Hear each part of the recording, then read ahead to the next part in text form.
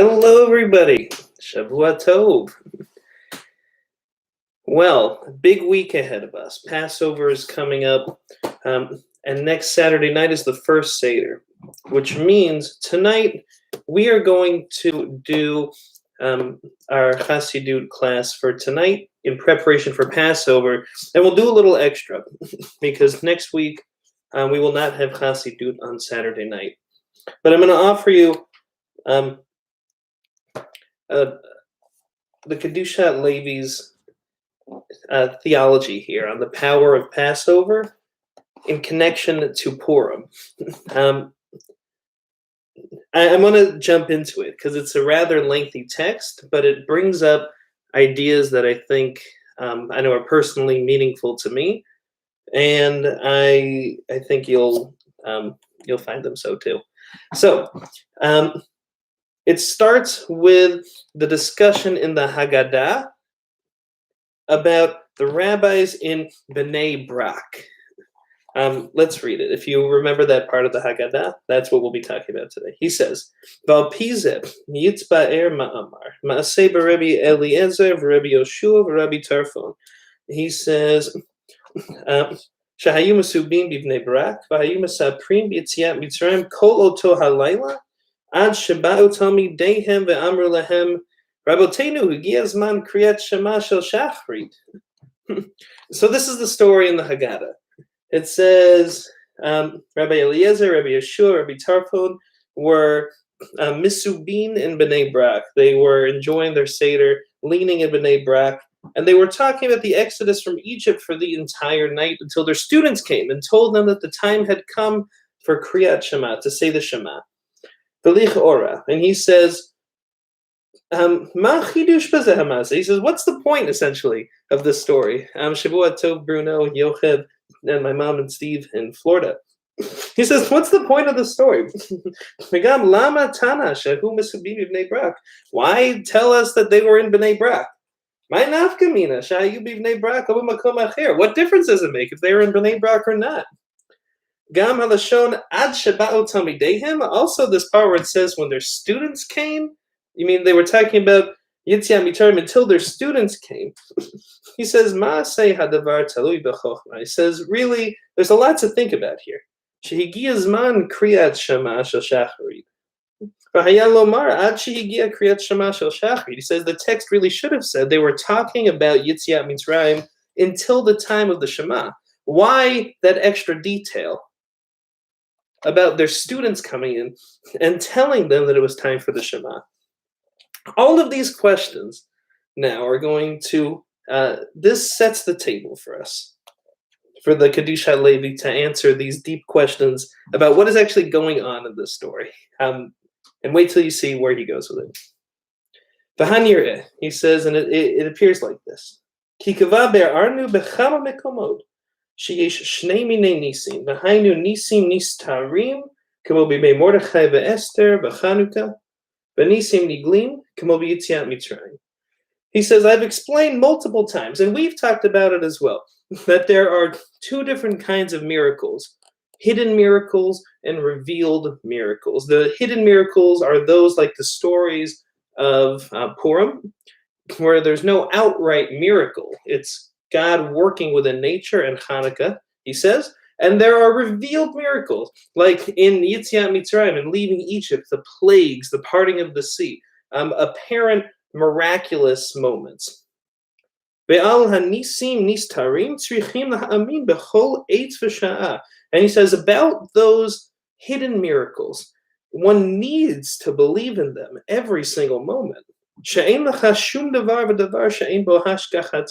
One needs to believe, he says, that there is nothing that happens without God's knowledge, without God's hashgacha, God observing it and kind of managing it. V'hagam shehu b'tiviyut lo sar hashgachato yitzbarach shemo v'asur litlot shum davar b'tiviyut. He says one needs to believe, and we're going to go into this a little bit. One needs to believe that there is nothing that depends on nature. Kamoshe Katav HaRamban Basof Parshat Bo, as the Ramban said, Nachmanides said, at the end of Parshat Bo, he says, Adam Modeh B'Nisim Nistarim. He says a person should acknowledge these hidden miracles. Shehem Yesod HaTorah Kula, because it's the entire foundation of the Torah, says Nachmanides. This is the Kedusha Levi quoting the Ramban. He says, She'ein la Adam Chelek B'Torah Moshe Rabbeinu Alav Shalom Ad She'ya'amin Shekol Devareinu Umikrenu Kulam Nisim. He says, quoting Nachmanides, that one does not have a portion in the Torah unless one believes. It said until the point, and one believes that everything, but he says, Kulam Nisim, everything is a miracle. Let's just stop right there and examine that idea briefly. That's a tall order. The idea that you can walk around and hold in your heart the idea that everything you're experiencing right now is from God. This is, by the way, a cornerstone of Hasidic Judaism, the Hasidic tradition. Remember, Kedusha Levi is an early Hasidic teacher in the 18th century, mid to late 18th century. And so he's sharing this idea, which at the time was revolutionary. Maybe it's like not to you, but the idea that you can walk around this moment, every moment, what you had for breakfast, where you're going to go tomorrow, the people you talk with, everything, kulam nisim, there's a little bit of a taste of a miracle in everything.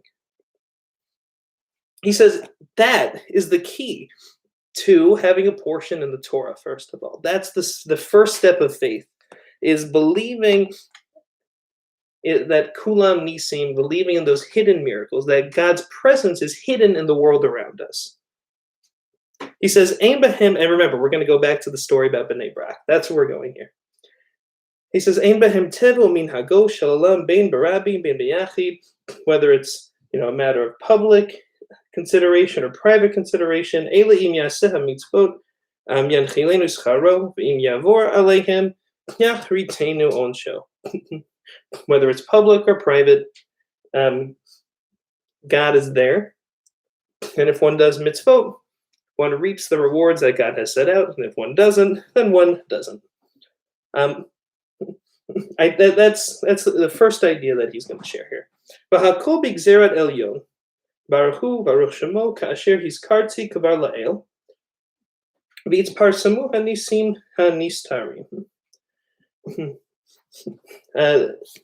Okay, v'ken katuv b'farshat b'chukotai, and it says in Parshat b'chukotai, v'zeh sha'anu korim ha'megillah b'purim, the fact that we read the Megillah on Purim, azai nikba b'machashavtenu shekol davar v'davar me'ito. The purpose of that, and we talked a little bit about this on Purim, is to fix that mindset within us. The idea is that we read the Megillah, and then when we read the Megillah, he says, Eino shum davar mitzad teva. Then we're filled with this level of faith that there's nothing left to chance, that God is there. That's the message of Purim.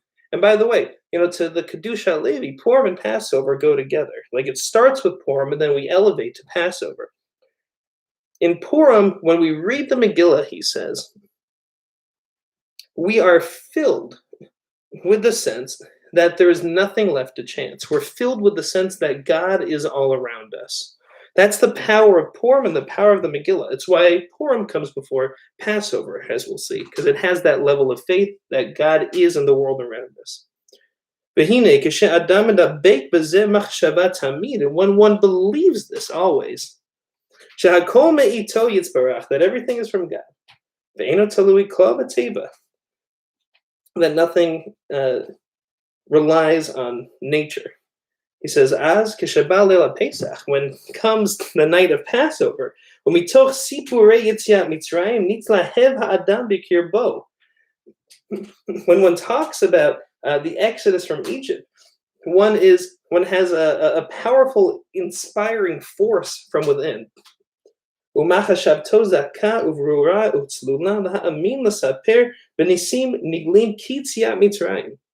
Then at that point, if one comes into Passover with the faith that God is in the world around us, though we can't see God explicitly. If one comes into Passover with that mindset, he says on the night of Passover, we'll have a clear mind in order to laha'amin, to believe, and also to speak about the nisim niglim, the revealed miracles, ki tziat mitzrayim. He says, like the Exodus from Egypt.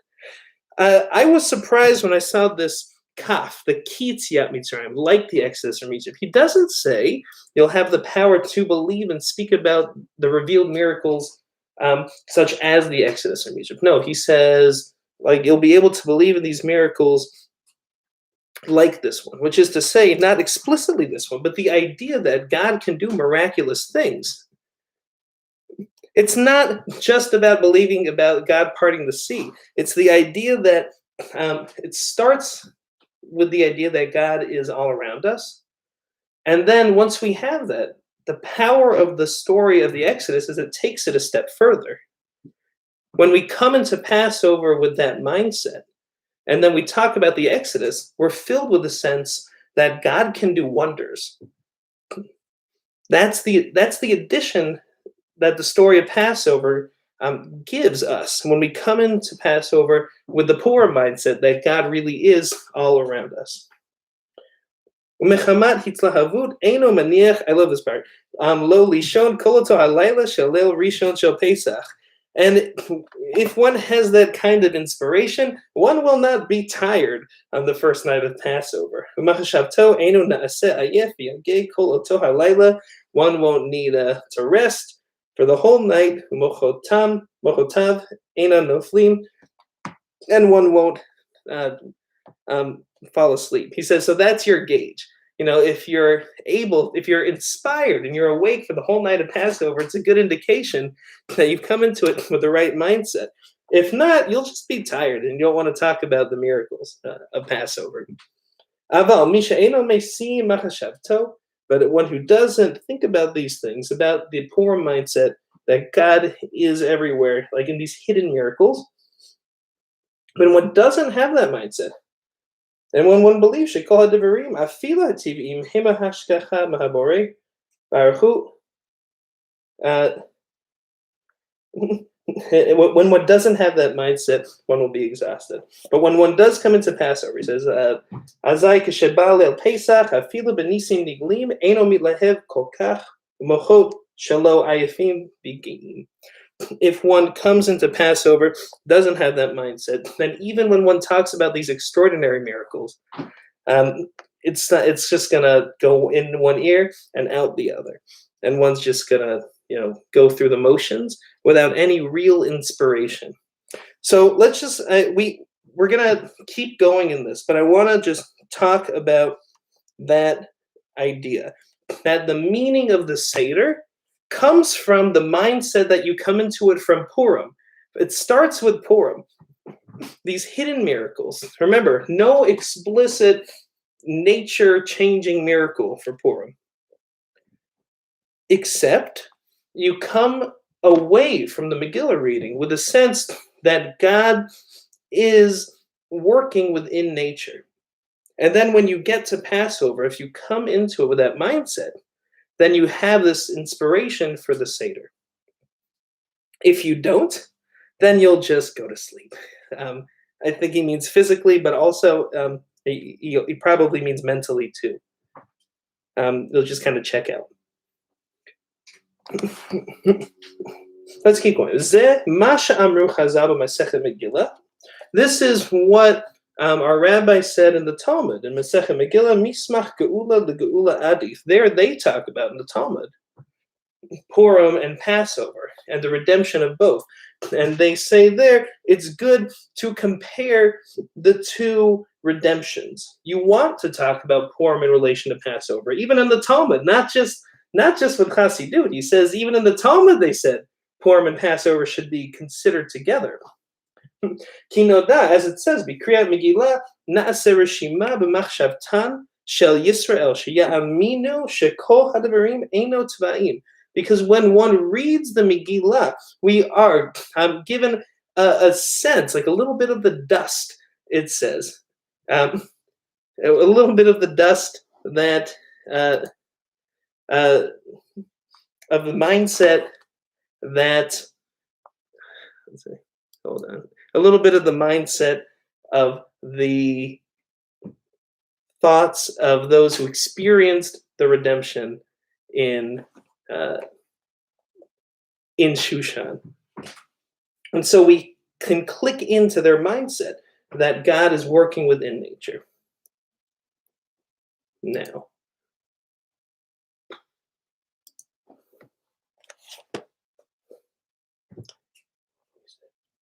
and from this,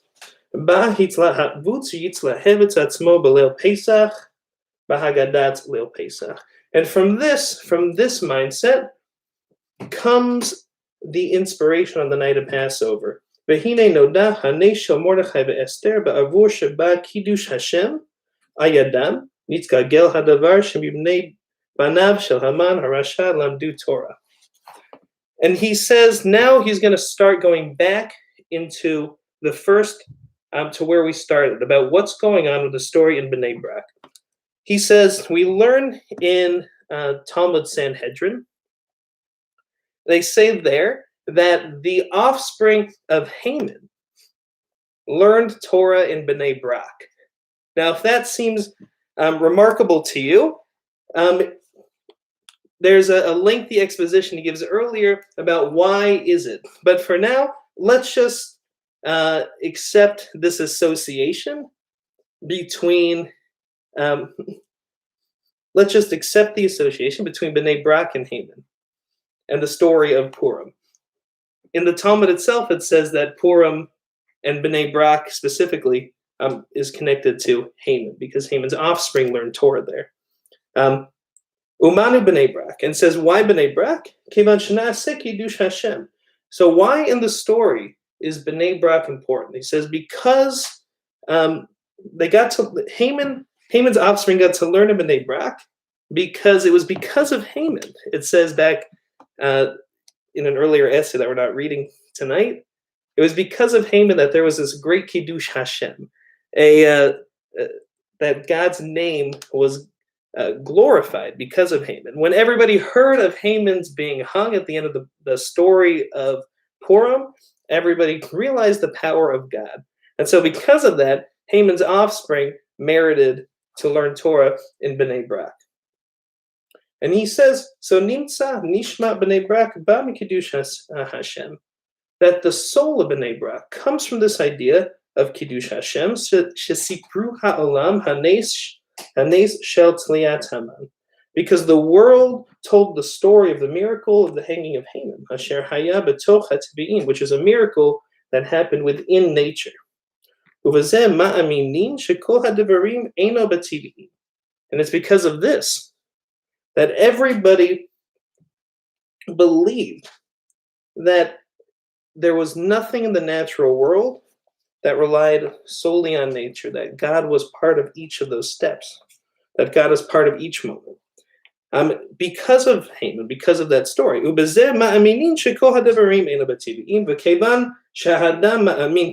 when a person believes this, as we've said a few times now, azai b'leil Pesach einenu maniach lo lishon kol halayla.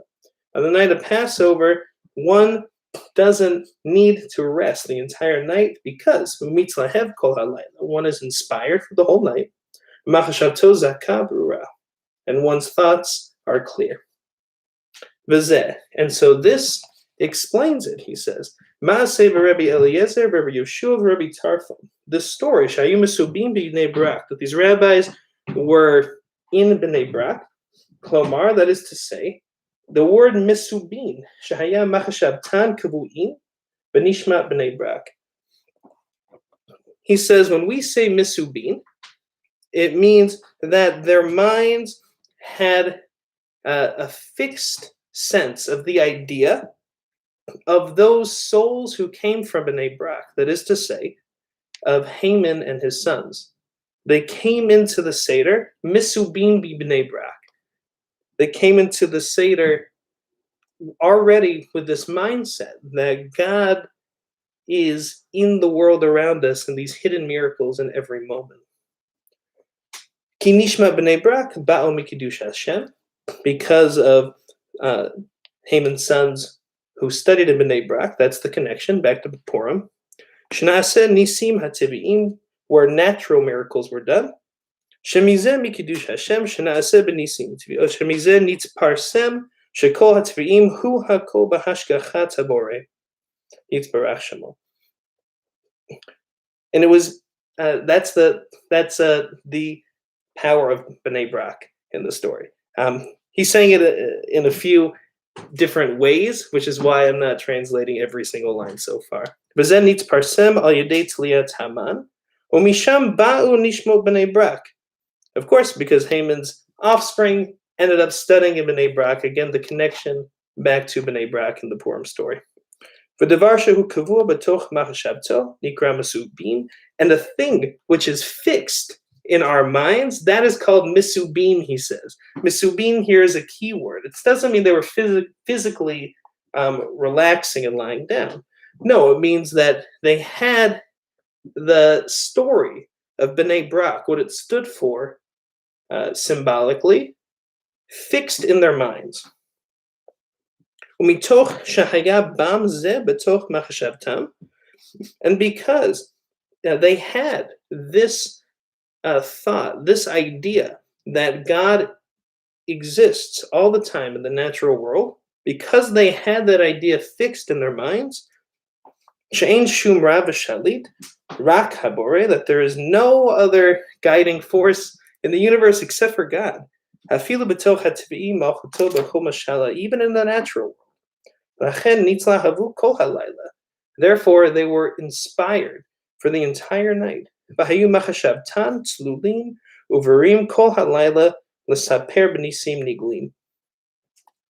And their minds were pure, and it was clear that they were able to speak about the revealed miracles for the entire night. That's why it says they spoke about the Exodus for the entire night.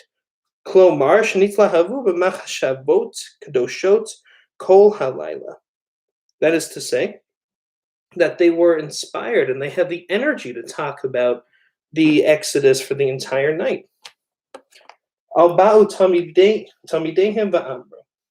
the point where the students came and told them, the time has come for Kriyat Shema. And Yochev and Bruno, I see your comments. I'll translate them in a moment. And what is this that their students came and told them that the time had come for Kriyat Shema? As we explained earlier, there are three kinds of levels of yichudim, we'll call it connection with God. Echad, shal Adonai, sheyeda shemachuto b'kol mashala, v'afilu b'toch hatzviim. The first one is called Adonai, and it's the sense that God exists all the time in the world around us, in the natural world. And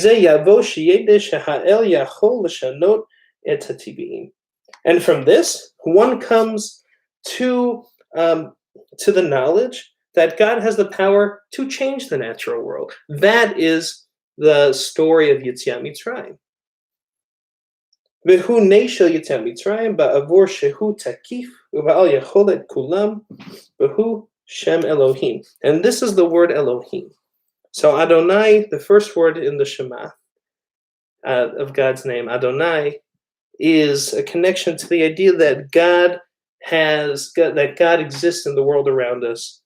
And then the word Elohim, that is a indication of God's power to change the world around us, like the miracles of Yetziat Mitzrayim.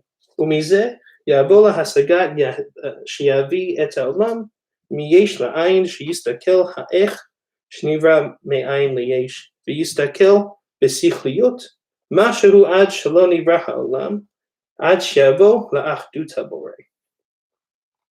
And from that point, one comes to reach the idea, the knowledge that the world One has the ability at that point to take the world of substance, of things, and connect it back to that ultimate nothingness, that Ein Sof. He says to take the world miyesh la'ayin, from substance to non-substance. Shistakel ha'ech shenivra me'ayin liyesh, because one understands how it was that the world was created from nothing. V'yistakel b'sichliot ma shehu ad shelo nivra ha'olam, and one understands the essence of for a moment, of the one who created the world. Ad sheyavo la'achdut haborei, up until the point where one comes to unify with God, la'achdut haborei. Achdut from the word echad, where one realizes that everything is one. Okay, he goes on for a little bit, but I want to stop here. What he's going to say here is that when his students come and say that the time has come for Kriyat Shema, what he means in here, what he thinks is happening, is that it wasn't that literally the time had come to say the Shema. It was in what the Shema represents. When we say Shema Yisrael, Adonai Eloheinu, Adonai Echad, he says the Shema represents this idea of these three levels of faith. The first, that God exists in the world around us, doing miracles every day, even though we can't see them. That is the story of Purim. And that is the first Adonai in the Shema. And the second level of faith is that of the Passover story. When one believes that wholeheartedly, that God is in the world around us, doing miracles every moment, when one believes that wholeheartedly, one is ready to believe in miracles, ki yetziat Mitzrayim, ready to believe in the possibility that God has the power to change nature. Now, as far as like believing that literally, as a spiritual practice, I've been trying to just reach level 1, walk around with a consciousness that God, is in the world around us, in the world around me, in the world around you, doing miracles every moment. And then you can come from that to this idea, he says, that you believe that God has the power to change that which seems completely unchangeable. That's the second level of faith. And then he says the third, from that comes oneness, achdut, a sense of, a real sense of being one with God, a sense that the world around us is all God, and that we are part of this great oneness. And you have to do it in that order. He says, in order to have a clear mind, to believe in these nisim niglim, and these revealed miracles, like on the night of Passover, you have to first believe in those miracles like Purim, that God exists in the world around us. Then once you can achieve that level of faith, that God can do wonders, then you can achieve achdut, that kind of unification with God. And this is the symbolism of the Shema. When we say Adonai, Shema Yisrael, Adonai, that's the belief in the hidden miracles. Eloheinu, that is the belief in the miraculous wonders. And then Adonai Echad, that is the Echad, the Achdut, the unification with God. So he says, when his students said that the time has come for Kriyat Shema, it wasn't that it literally was morning. It's that they had reached this level of faith that is symbolized by the Shema. So that's the story of the rabbis in Bnei Brak. Let's just review it for a second in light of the Kedusha Levi. He says there were these three rabbis who were misubim in Bnei Brak, who were leaning in Bnei Brak. But he says, don't see it literally. What that means is they had fixed in their minds the knowledge symbolized by Bnei Brak, where Haman's offspring studied, that God exists in the world around us all the time. And they were talking about the story of the Exodus all night. That is to say, because they had that mindset they were inspired. By the way, Hitzla Havut really comes from the idea of a flame. Like there was a fire in them, an inspiring force, powerful force, where they were able to talk about those revealed miracles and find new meanings in them and really believe that God can do wonders.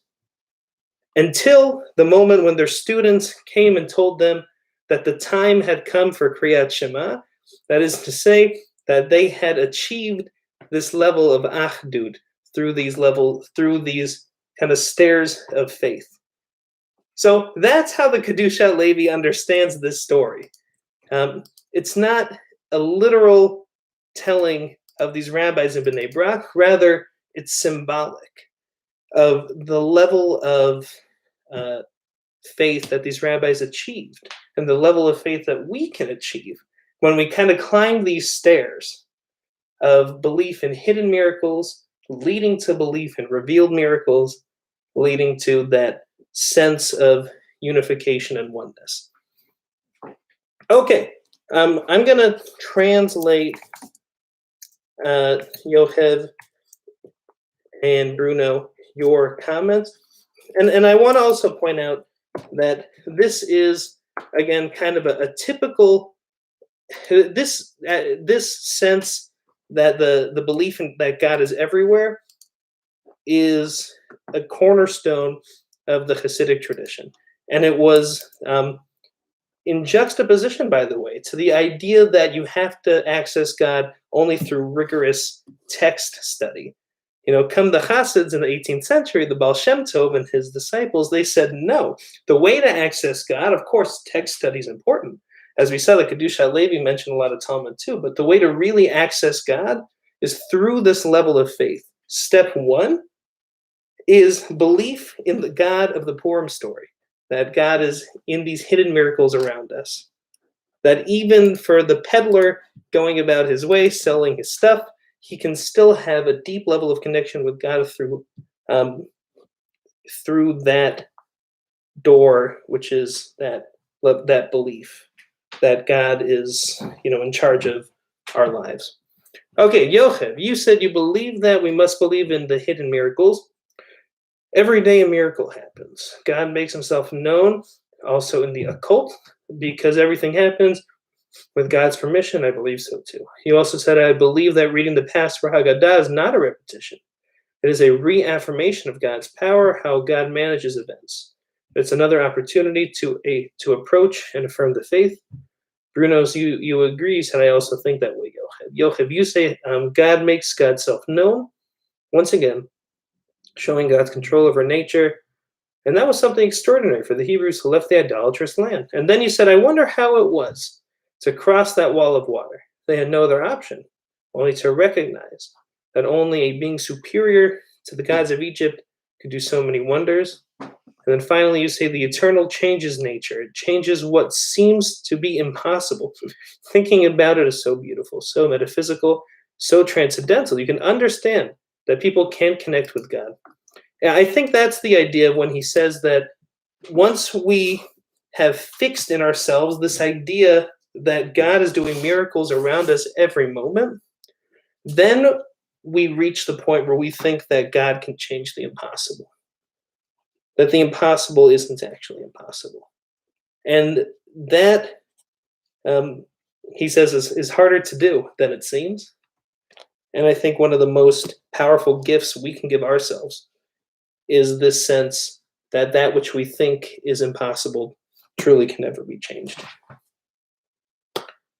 Okay, everybody, I know this was a dense class tonight, but I wanted to share with you this very creative reading of the story of the rabbis at Bnei Brak. And I hope you got something out of it. If you remember anything, remember these 3 steps of faith from the Kedushat Levi. They are believing in the hidden miracles, leading to believing in the revealed miracles, which ultimately leads to Achdut, connection with God, and a real sense of oneness. Yes, and yeah, exactly. Mom, maybe that leads to belief that we can change. I think so. I believe it does. Okay, everybody. Shavua Tov. Chag Kasher, Chag v'Kasher Sameach. Chag. Wow, it's late. Have a happy and kosher Pesach, and we will recap in a few weeks after the Chag. Okay, everybody. See you later.